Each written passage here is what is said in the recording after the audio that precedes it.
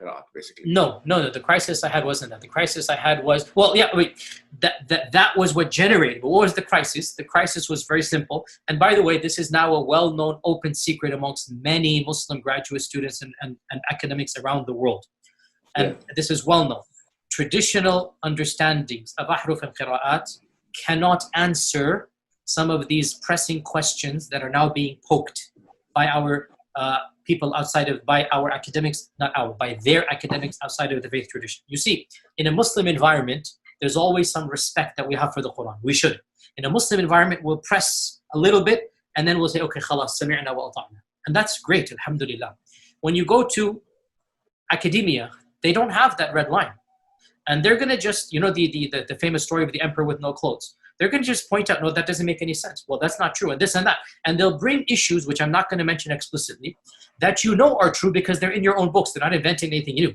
They'll bring you riwayat, and they'll bring you athar, and then you add to that very well-known issues of, I don't even want to be explicit. And then you bring on top of that makhtutat, and then.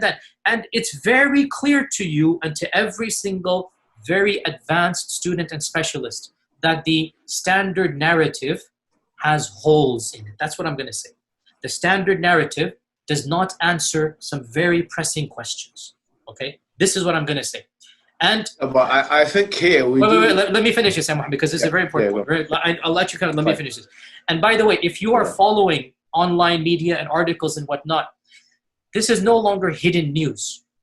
More and more professors and academics are writing stuff, and it's being publicized on Twitter in the last 2-3 years. I have had at least, I'd say, a dozen people tweet at me like specific articles like, how do you answer this? And, about ulum al-Quran, about qira'at, about makhtutat, about issues, These are now well known within the Western academy, that they're bringing forth issues. Their level of now knowledge is leaps and bounds above what it used to be, 100 years ago, And by and large, our ulama in the Eastern world are not aware, by and large, of what's going on in the Western side of things.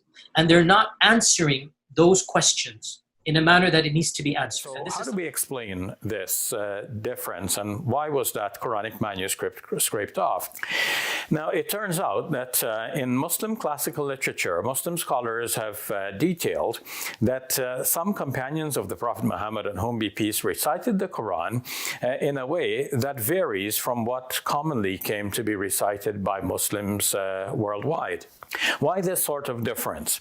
It seems to me, in putting all of the information and facts together, that the following transpired.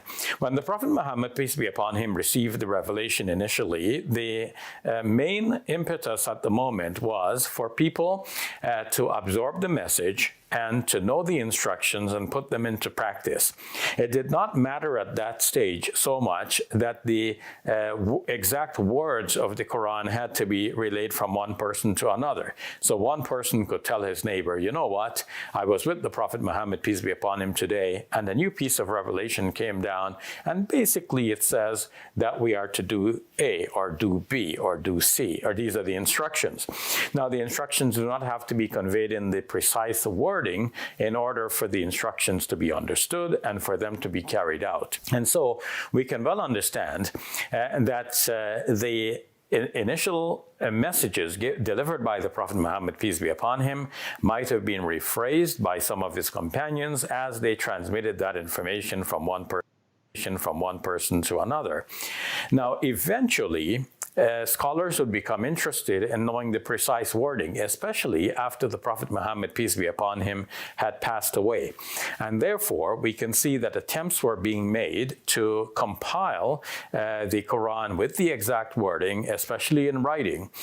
So Umar bin al-Khattab suggested to the first caliph of Islam, Abu Bakr, that he should commission a writing to be done. And so one of the close companions of the Prophet, peace be upon him, Zayd bin Thabit, who himself had memorized the entire Quran, was now given instructions to go around to all of the companions of the Prophet, peace be upon him, who had written pieces of the revelation on a wide variety of materials, to collect all of those pieces, to transcribe them onto sheets so that we could have a complete copy.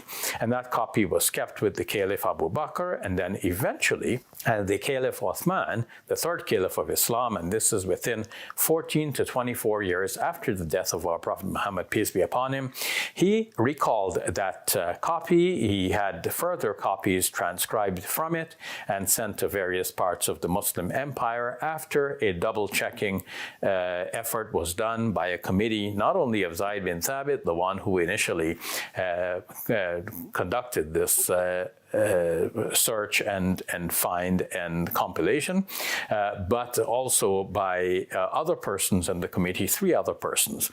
Then those copies, having been made, were sent to the various parts of the Muslim empire so that we have a standard copy, which was then copied further and used.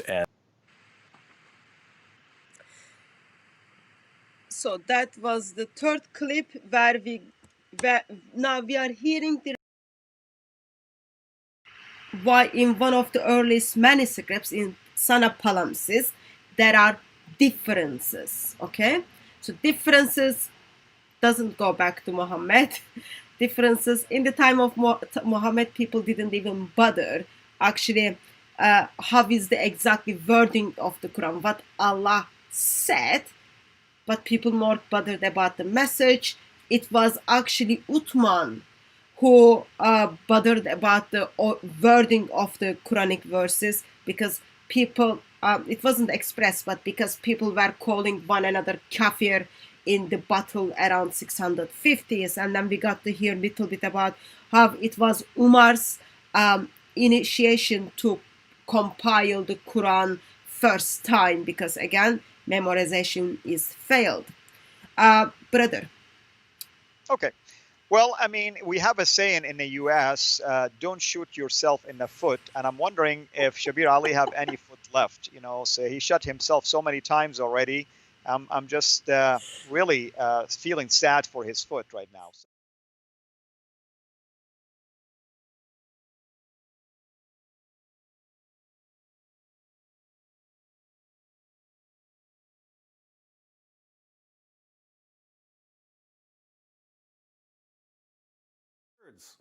But Dr. Brubaker says he's compiled thousands of examples of textual variants and corrections. So if he continues making videos with photographs of Quran variants, how hilarious will it be 2 or 3 years from now when we've got piles of video clips and photographs of Qurans with missing words, different words, added words, corrections, and so on, and a Muslim tries to tell us about the miraculous preservation of the Quran?